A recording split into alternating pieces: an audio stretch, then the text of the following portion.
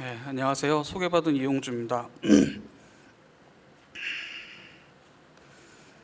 자, 세션 제목이 집에서 만든 머신러닝 기반 자동 번역기인데요. 사실은 슬라이드 제목은 이거예요. 자,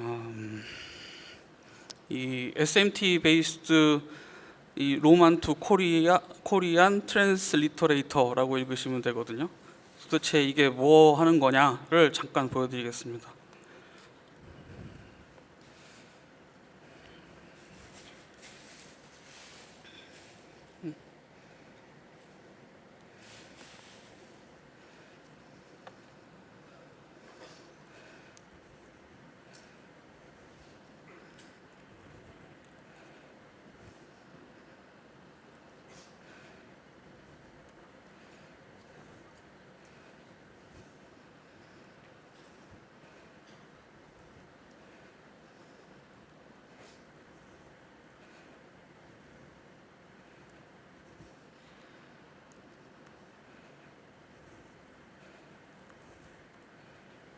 네, 요거예요.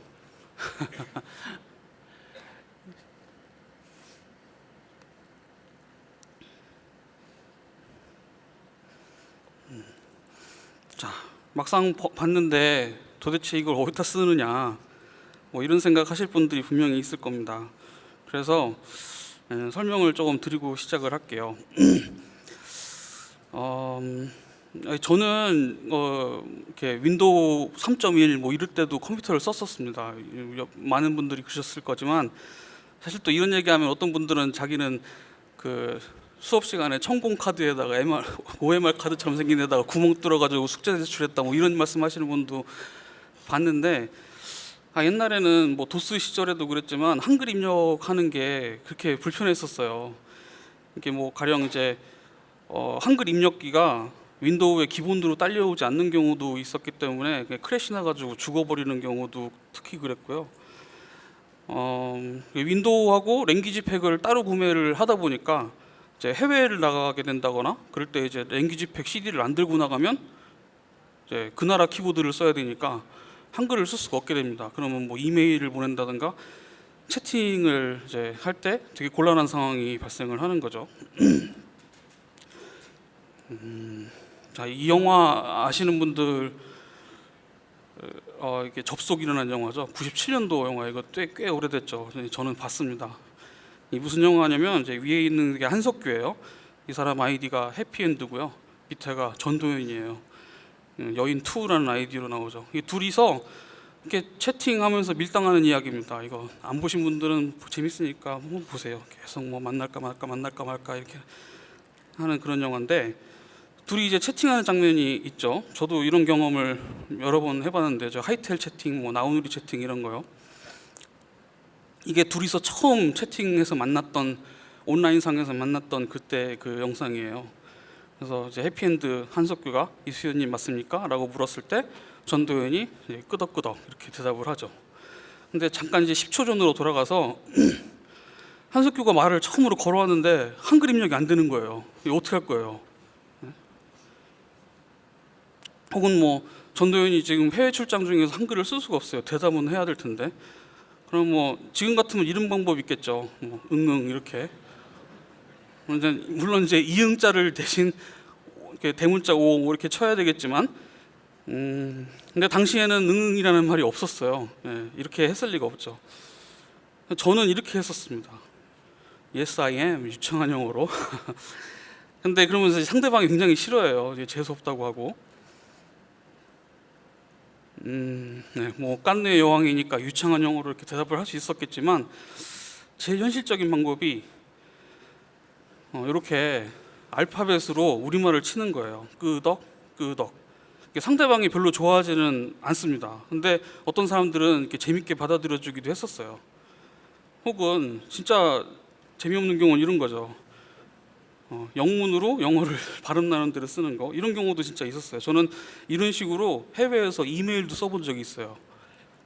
입력이 안 돼서 뭐 인도 같은 데 가면 한글 입력 안 되는 컴퓨터를 자주 만나게 되거든요. 저는 이런 경험들을 오래전에 했었는데 어느 날 구글 인풋 툴스라는 거를 보게 됐어요. 이게 뭐냐면은 여러분들 안 써보신 분들이 많을 거예요. 이 URL에 접속하시면 경험할 수 있는데, 가령 저거를 활성화시켜 놓고 이메일 같은 데다가 이렇게 영문으로, 가령 이제 인도말 같은 경우에 영문으로 나마스테 이렇게 치면 현지말로 타이핑이 됩니다. 이런 거를 이제 트랜스리터레이션이라고 한다는 거를 이걸 보고 처음 알았어요, 제가. 그래서 지원하는 오른쪽에 테이블 보면 지원하는 언어가 굉장히 많은데, 그 테이블 그 크로스된 거에 보시면 거기가 이제 그 트랜스레이터레이션을 지원하는 언어들 목록이거든요. 근데 코리아는 없습니다. 우리말은 지금 현재까지도 트랜스리터레이션이 지원이 되지 않고 있어요. 그래서 내가 만들어 보자 라고 시작한 게 바로 좀 아까 보신 거예요.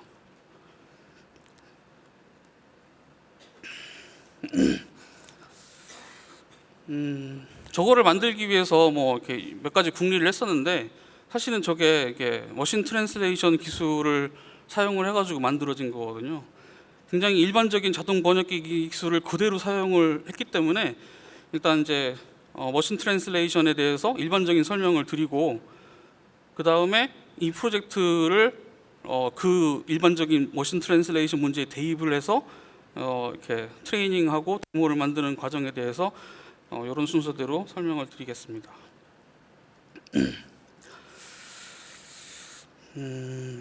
버나드 부코아라는 사람이 옛날에 있었어요. 이 사람이 자기 논문에다가 그린 삼각형인데요. 그 왼쪽 하단에 보면 이제 소스 텍스트가 있고, 오른쪽 하단에 이제 타겟 텍스트가 있죠. 이걸 이렇게 번역하는 단계에 대해서 이렇게 도식화해 놓은 건데요. 이렇게 상중하로 세 단계로 나눠져 있는 것을 보실 수가 있습니다.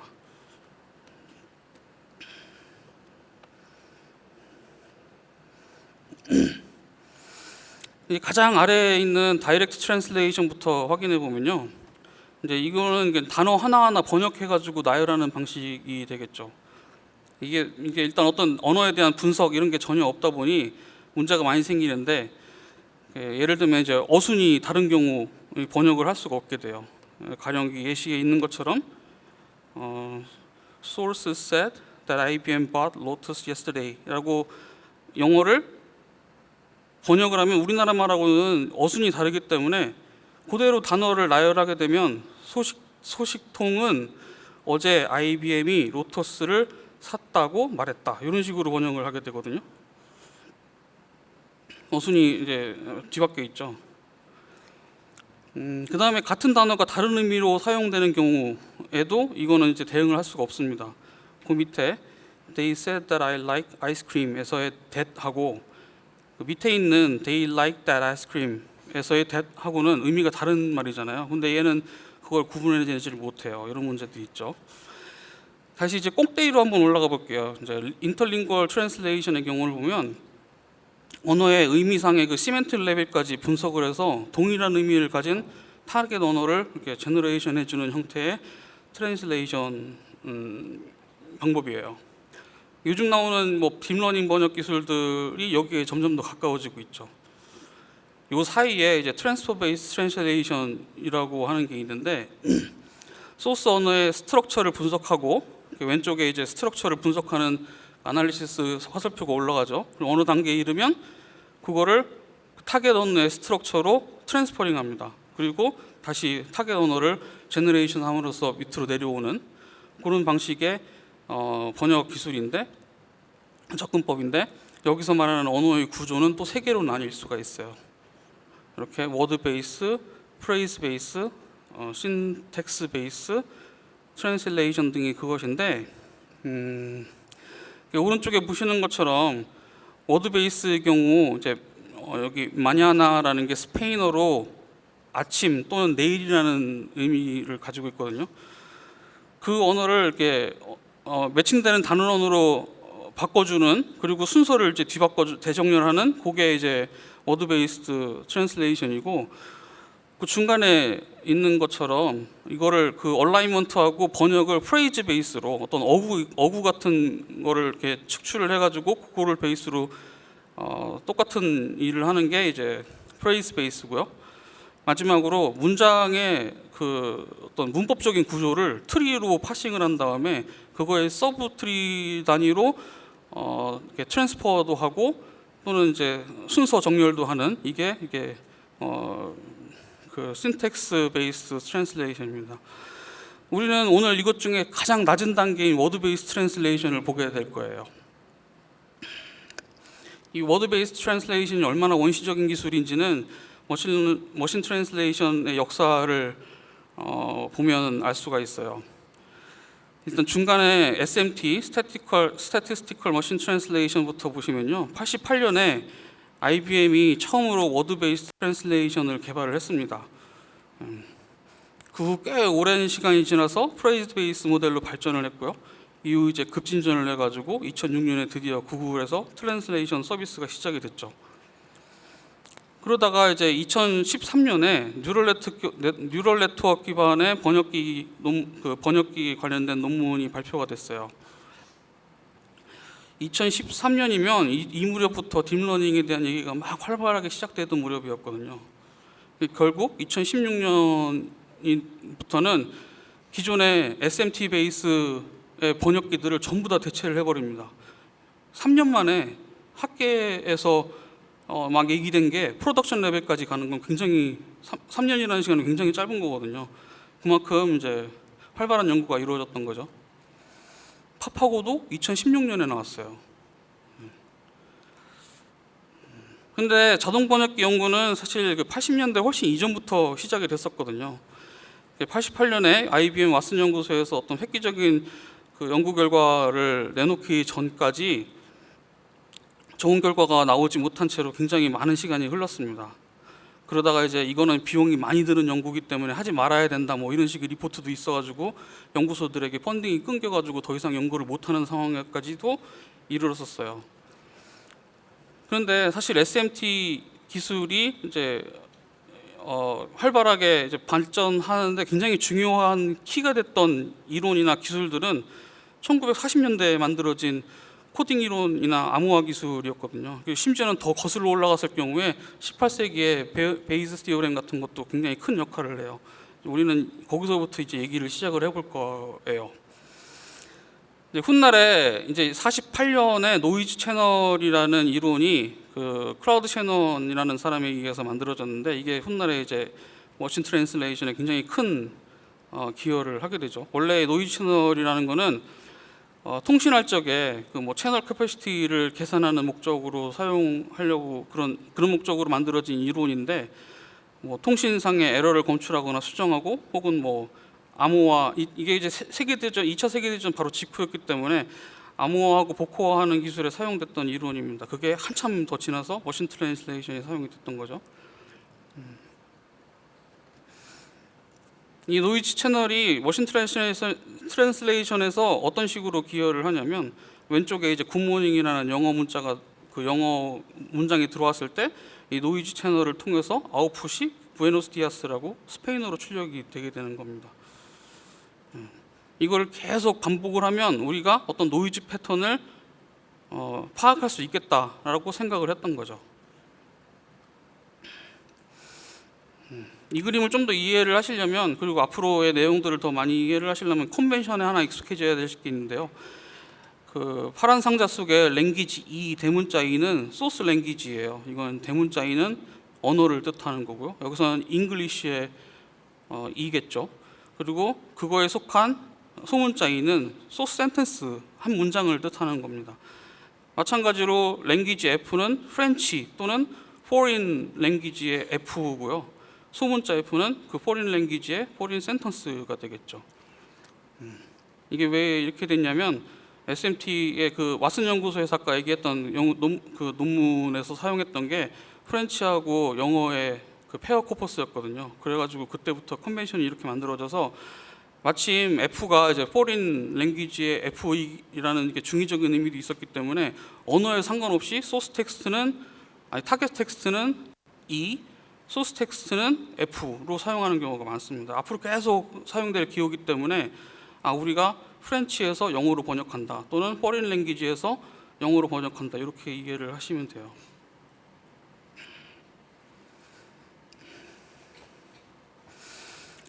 아까처럼 그 소스 랭귀지가 입력이 되었을 때 그 타겟 랭귀지 F가 출력이 되면은 우리가 배울 수 있는 확률 모형은 2에 대한 조건부 2에 대한 F의 조건부 확률이 되겠죠. 위에 표시된 PF 기분 2 뭐 이렇게 있죠. 근데 사실 우리가 하고 싶은 트랜슬레이션은 맨 밑에 F를 입력하는 T 함수거든요. 근데 이거는 소스가 프렌치여야겠죠. 그래서 소스 F에 대한 2의 조건부 확률을 계산을 하게 돼요. 방향이 반대죠. 이게 왜 이렇게 됐냐면 베이즈 룰이 사용됐기 때문인데요. 우측에 요 베이즈 룰이 요 식에 대입이 돼서 이렇게 바뀐 거예요. 여기 밑에 분모에 F에 대한 확률이 없어졌죠. 이거는 이제 아그맥스 2를 인자로 한 아그맥스를 실행을 하면서 요 2 파라미터가 F에 작용을 하지 않기 때문에 그냥 생략한 겁니다. 그래서 트랜슬레이션 시스템은 요 위식까지 같이 표시를 해요. F를 입력으로 하고 그거는 2에 대한 확률과 2에 대한 F의 조건부 확률의 곱에 대한 아그맥스의 결과. 이 식에서 우리는 세 가지 컴포넌트로 나눌 수가 있어요. 첫 번째가 이제 랭귀지 모델 P2고요. 두 번째가 이제 트랜슬레이션 모델 2에 대한 조건부 F의 조건부 확률. 그리고 마지막으로 이제 디코더입니다. 아그맥스.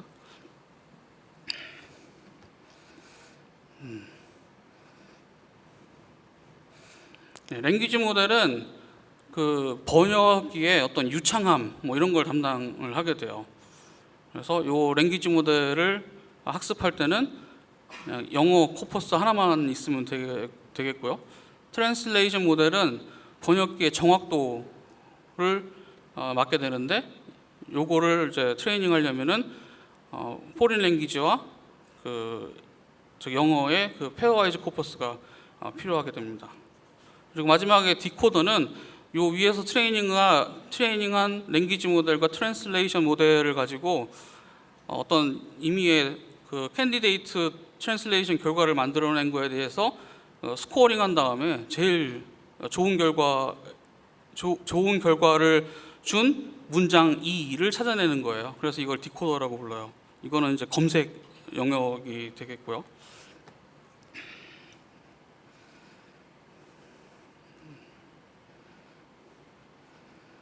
생각보다 시간이 굉장히 빨리 가네요. 이거를 이제 시스템 관점에서 보면 이런 식으로 그릴 수가 있는데요. 가령 좀 넣어서 그러니까 뭐 깨 암브레 땡고요라는 스페인어 문장이 있다면 요게 트랜슬레이션 모델을 통했을 경우에 요런 몇 가지의 그 캔디데이트 문장들을 만들어내게 돼요. 그거에 그 트랜슬레이션 프로바빌리티는 오른쪽에 빨간색으로 표시된 게 되겠고, 여기서 제일 좋은 결과를 지금 보여주는 거는 맨 아래에 있는 I have that hunger가 되겠죠. 뭔가 부정확하죠. 뭔가 좀 이상하죠. 여기에 이제 랭귀지 모델이 어떤 역할을 하냐면, 다시 이게 영어를 가지고 학습시킨 랭귀지 모델에 대해서 요 문장들을, 요 캔디데이트 문장들을 입력을 합니다. 그러면 그거에 대한 그 확률이 리턴이 되고, 그거를 곱해줬을 경우에 그 결과는 이제 바뀌게 돼요. 그러면 이제 아까는 거의 꼴찌였던 I am so hungry가 이번에는 가장 높은 확률로 이제 아그맥스에 의해서 출력될 수 있도록 되는 거죠. 이렇게 세 가지 시스템이 같이 이렇게 워킹해서 트랜슬레이션 시스템이 구성이 되는 거예요. 이렇게 SMT는 세 가지 컴포넌트 또는 이제 시스템으로 구성이 되어 있는데, 이제 이거 각각에 대해서 어떻게 학습시키고 어떻게 구현하는지를 보도록 하겠습니다. 일단 먼저 랭귀지 모델인데요. 그 위에처럼 세 가지 문장으로서 구성된 이제 미니 코퍼스가 있다고 생각을 해보죠. I am Sam, Sam am I do not like green eggs and ham. 그럼 I am이라는 워드 시퀀스가 주어졌을 때 그 다음에 나올 단어의 확률은 무엇이 될까? 이렇게 확률로 표시를 하면 P of SAM given IM 이렇게 되겠죠.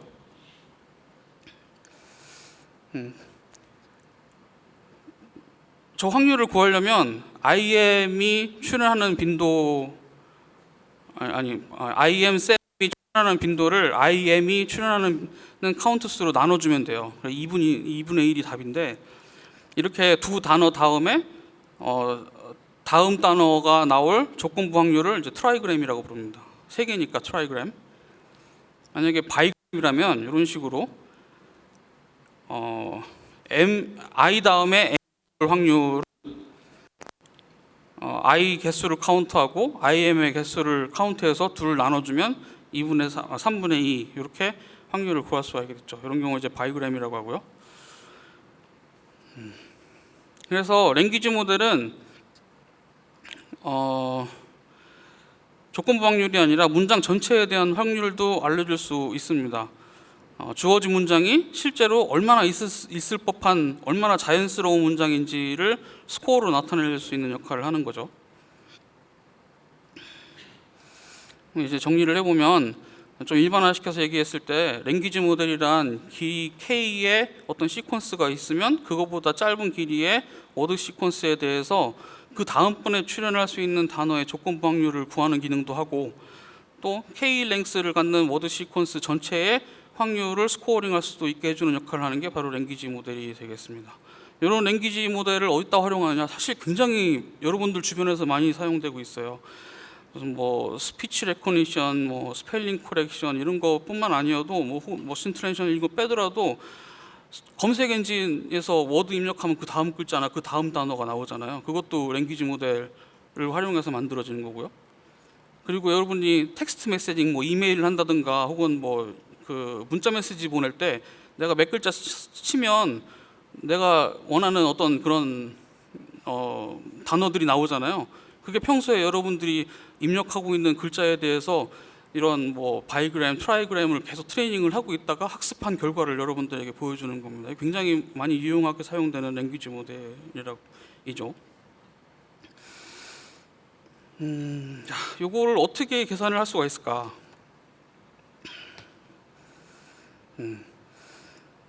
이 단어의 조합이 너무 많기 때문에 그 많은 조합에 해당하는 그 스트링을 찾아낸다는 것은 불가능한 일이에요. 그렇기 때문에 우리는 이걸 에스티메이션 해야 되고요. 그 에스티메이션 하는 방법은 뭐 체인 룰을 사용하고, 체인 룰을 사용해도 여전히 버겁기 때문에 마코프 업섬션도 사용하고, 이 마코프 업섬션은 그 미래의 어떤 스테이트는 현재 또는 과거 몇 개의 스테이트에만 의존한다라는 가정이거든요. 그렇기 때문에 긴 체인에 대해서 굉장히 짧게 줄일 수가 있게 돼요. 그래서 그런 마코프 업섬션을 사용하게 되면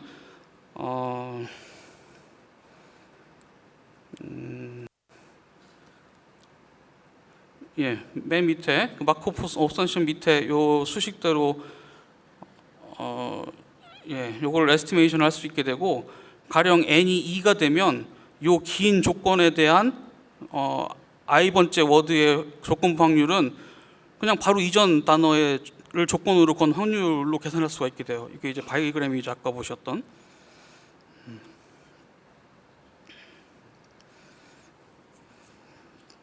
그래서 바이그램을 이제 구할 수 있게 됐으니까 조금 아까 봤던 그 미니 콤퍼스에 대해서 전체 시퀀스에 대해 IM SAM이라는 거의 probability를 구하려면 I의 확률, M 기분 I 확률, SAM 기분 M 확률을 곱해 주면 됩니다. 그래서 1분의 7 이렇게 계산이 돼요.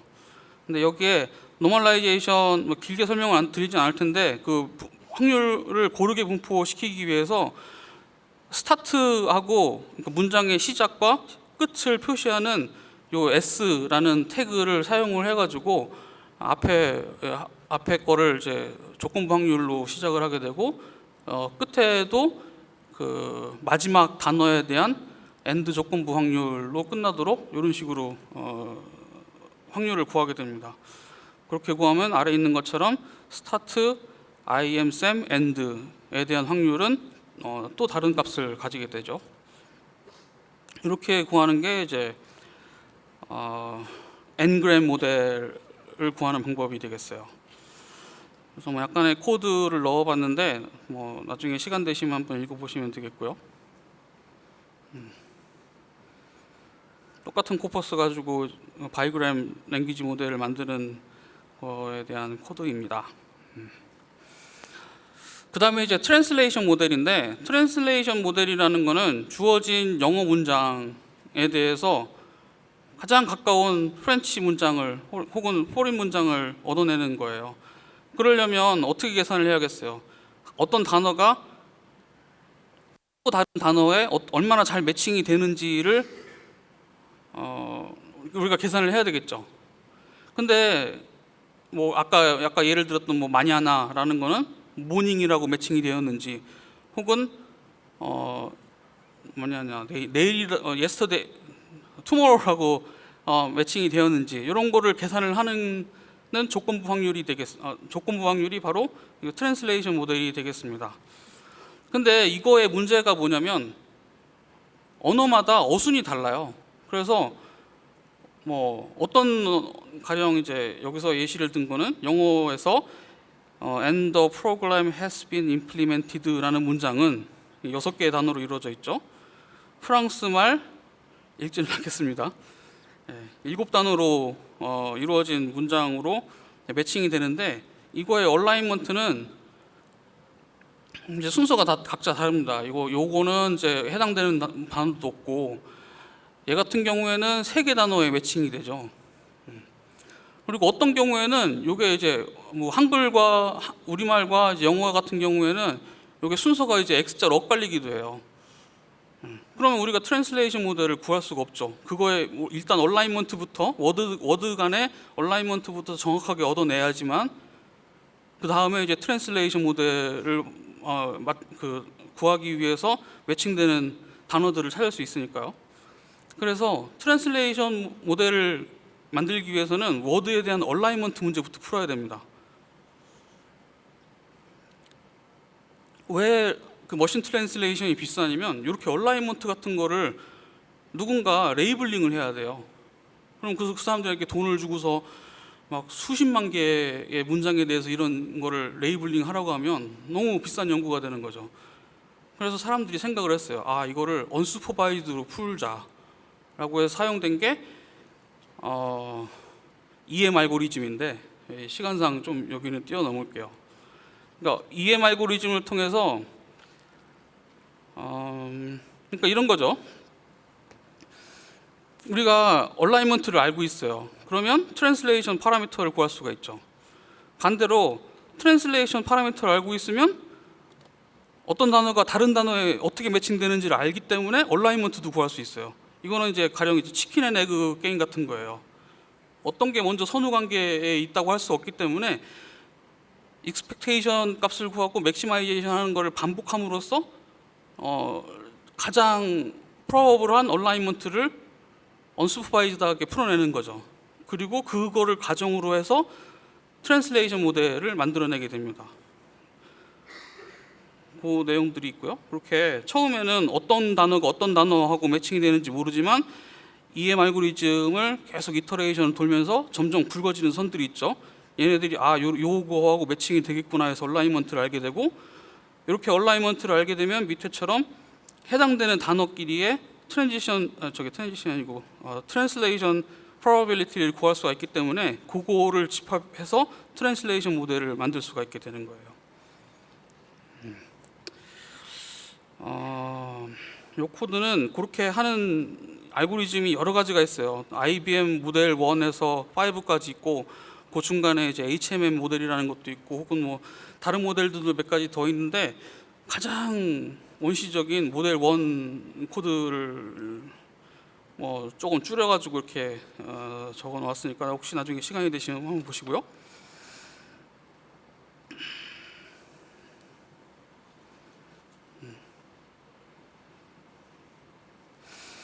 네, 마지막으로 이제 디코더인데요.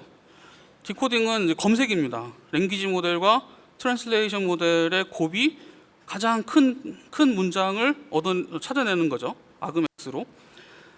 그런데 사실 디코딩은 NP 컴플릿 문제예요. 이거는 이제 트래블링 세일즈맨 프로블럼에도 이제 대입 볼 수가 있는데, 트랜슬레이션 모델을 통해서 얻어낸 그러니까 뽑아낸 타겟 언어의 단어들을 요 그래프의 노드라고 보고 버텍스라고 보고, 그 사이의 엣지를 랭귀지 모델, 바이그램 랭귀지 모델의 웨이트라고 생각을 하게 됩니다. 그랬을 경우에 가장 자유로운 조합으로 한 줄 긋기를 하는 거예요. 뭐 여기는 이제 해밀토니안 패스라고 부르는, 이렇게 한 줄로 쫙 다 긋는 거, 그 패스를 찾는 것과 같은 문제거든요. 그래서 굉장히 어려워요. 이 문제를 풀기 위해서, 그러니까 이거는 이제 만약에 모델 러닝 트레이닝 단계면은 좀 시간이 오래 걸려도 괜찮아요. 근데 이 디코딩은 인퍼런스 하는 단계거든요. 아까처럼 감사합니다 이렇게 입력을 하면 아웃풋이 바로 나와야 되는데, 그렇지 않고 되게 오래 걸린다면 사용자들이 안 쓰겠죠. 그래서 얘는 굉장히 이제 속도에 민감한 문제이기 때문에, 이때 이제 사용할 수 있는 솔루션은 일단 뭐 다이나믹 프로그램이라는 게 있고요. 뭐 많이들 해보셨겠지만 그 타임 컴플렉시티를 익스포넨셜에서 폴리노미얼로 줄여주는 역할을 하게 됩니다. 이전에 풀었던 서브 프로블럼을 저장해 놨다가 나중에 이제 다시 풀지 않도록 하는 그런 그 프로그래밍 기법이죠. 그다음에 이제 비터비 알고리즘이라는 게 있는데, 얘는 이제 다익스트라 알고리즘처럼 소테스트 패스를 찾는 거예요. 대신에 그 스테이트 개수가 고정이 되어 있어야 되고요. 그다음에 그것과 유사한 게 이제 빔 서치 또는 이제 스택 디코딩이라는 방법이 있는데, 비터비 서치를 하면서 전부 다 리스트업 해가지고 이제 그 트리를 막 이렇게 서칭을 하는 게 아니라 베스트 n개 캔디데이트만 모아가지고 서칭을 하기 때문에 속도가 훨씬 빠릅니다. 저는 빔 서치 혹은 스택 디코딩을 구현해가지고 사용을 했고요. 이건 이제 스택 디코딩인데, 여기 보시면 이게 스택 사이즈를 조절을 함으로써, 여기 스택 사이즈를 조정을 함으로써 내가 담는 캔디데이트 숫자를 탑 n개로 조정을 함으로써 이제 서칭 속도를 빠르게 할 수가 있어요. 자, 이제 마지막으로 코리아나이저, 제가 이름을 그렇게 붙였습니다. SMT 베이스드 로만 트랜슬리터레이터에 대해서 보겠습니다. 이건 뭐 한글 다 아시니까 한글 특성에 대한 거는 이제 생략을 하고요. 로마나이제이션이라는 게 있어요. 이게 뭐냐면 어떤 언어를 로만 그 표기로 바꿔서 쓰는 거예요. 가령 뒤에 보시는 한글로 된 K-팝을 알파벳으로 써놓은 거를 로마나이제이션이라고 합니다. 그럼 반대로 제가 아까 구현해가지고 보여드렸던 거는 로마나이제이션 돼 있는 거를 우리말로, 우리 한글 라이팅 시스템으로 바꿔 썼으니까 이거 백 로마나이제이션이겠죠. 그래서 코리안 백 로마나이제이션은 로만 투 코리안 트랜슬리터레이션하고 같은 겁니다. 이게 약간 이제 의미상에 헷갈리는 게 있어가지고 트랜슬리터레이션이라고 부르려면 반드시 앞에 로만 투 코리안을 붙여야 되고, 백 로마나이제이션이라고 하려면 그 백의 대상이 코리안이라는 걸 앞에 꼭 붙여줘야 되거든요. 그래가지고 헷갈리지 않도록 한번 짚고 넘어갔고요. 자, 이 시스템의 목적은 어떤 그 로만 캐릭터로 발음 나는 대로 사용된 워드를 한글 시스템으로 다시 써주는 거죠. 근데 이게 살펴보면 그 얼라인먼트 문제하고 똑같아요. 가령 한글이라고 쓰면 한글이라고 영어로 여러 가지로 쓸 수가 있어요. HNGUL, HNEUGL, HNGEUL 혹은 HNGUEL 이렇게 해도 다 한글이라고 읽어줘야 되기 때문에 여러 가지 경우의 수가 생겨요. 그러니까 룰 베이스로 코딩하려면 너무 많은 룰을 코딩해줘야 하기 때문에 룰 베이스로 만들기 어려운 이유가 바로 이겁니다. 그래서 이거는 뭐 머신러닝으로 해야겠구나라고 생각을 했던 이유가 되겠고요. 그 다음에 이제 세그멘테이션이 있어요. 가령 밑에 칸막이라고 썼을 때 우리는 이걸 아니까, 우리는 이게 랭귀지 모델이 안에 내장이 되어 있기 때문에 이거를 칸, 막, 이렇게 얼라인먼트를 하는데 외국 사람들이 읽을 때는 칸, 마, 기 이렇게 얼라인먼트 할 수 있겠죠. 이거는 랭귀지 모델하고 얼라인먼트 모델이 우리 안에 있기 때문에 이렇게 그 음절을 세그멘테이션을 할 수 있는 거거든요. 그러면 이거를 뭐 원투매니 얼라인먼트 트랜슬레이션 모델하고 그 한글 단어에 대한 그 랭귀지 모델링을 통해서 풀어보자. 이렇게 해서 만들어진 게 코리아나이저고요. 처음에는 이제 캐릭터를 이렇게 그 다음과 모음을 분리해 가지고 영어 그러니까 로만 캐릭터하고 매칭 시킨 다음에 다시 재조합을 하는 방법을 쓰려고 했는데 어떤 문제점들이 좀 있어가지고 로만 캐릭터하고 우리의 음절 그러니까 자음, 모음, 그 받침이 합쳐진 음절의 그 덩어리 세그멘트하고 얼라인먼트 하는 방법으로 다시 바꿔서 트레이닝을 했어요. 그래서 디코딩은 뭐 아까 말씀드린 대로 아그맥스를 그 스택 베이스 디코딩으로 구현을 했고요. 사실 코리아나이저는 몇 년 전에 만들었습니다. 이거 몇 년 된 거예요. 그런데 당시에는 이렇게 그 패러럴 코퍼스가 필요하다고 했잖아요. 우리말을 발음 나는 대로 영어로 써 있는 거를 어디서 보셨어요? 구할 수가 없었어요. 그래가지고 되게 제한된 양의 코퍼스밖에 없었는데 얼마 전에 우연히 우리 그 케이팝 팬들이 케이팝 한글 가사를 그 영어 캐릭터로 로마나이제이션 해놓은 걸 발견을 하고 그걸 전부 다 크롤링 했습니다. 그래서 다시 이거 해보자 해가지고 여기까지 오게 된 거예요.